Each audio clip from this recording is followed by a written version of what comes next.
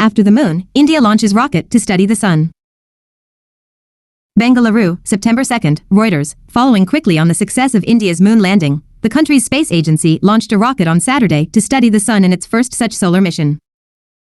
The rocket left a trail of smoke and fire as scientists clapped, a live broadcast on the Indian Space Research Organisation's ISRO website showed.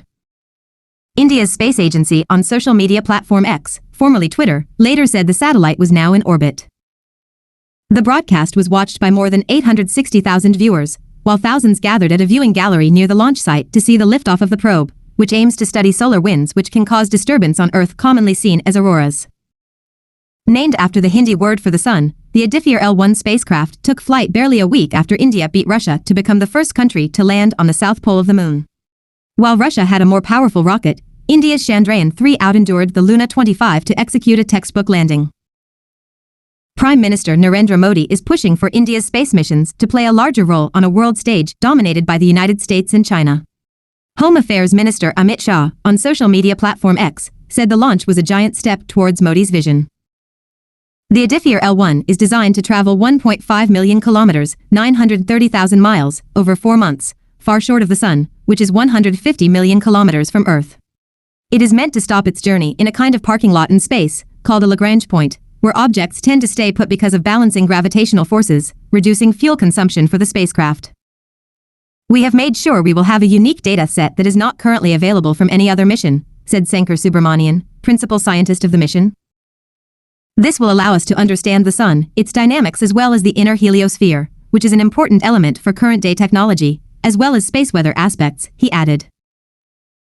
The mission also has the capacity to make a big bang in terms of science, said Somak Raj Chaudhary, who was involved in developing some components of the observatory, adding that energy particles emitted by the sun can hit satellites that control communications on Earth.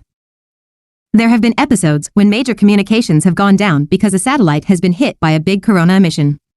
Satellites in low Earth orbit are the main focus of global private players, which makes the Aditya L1 mission a very important project, he said.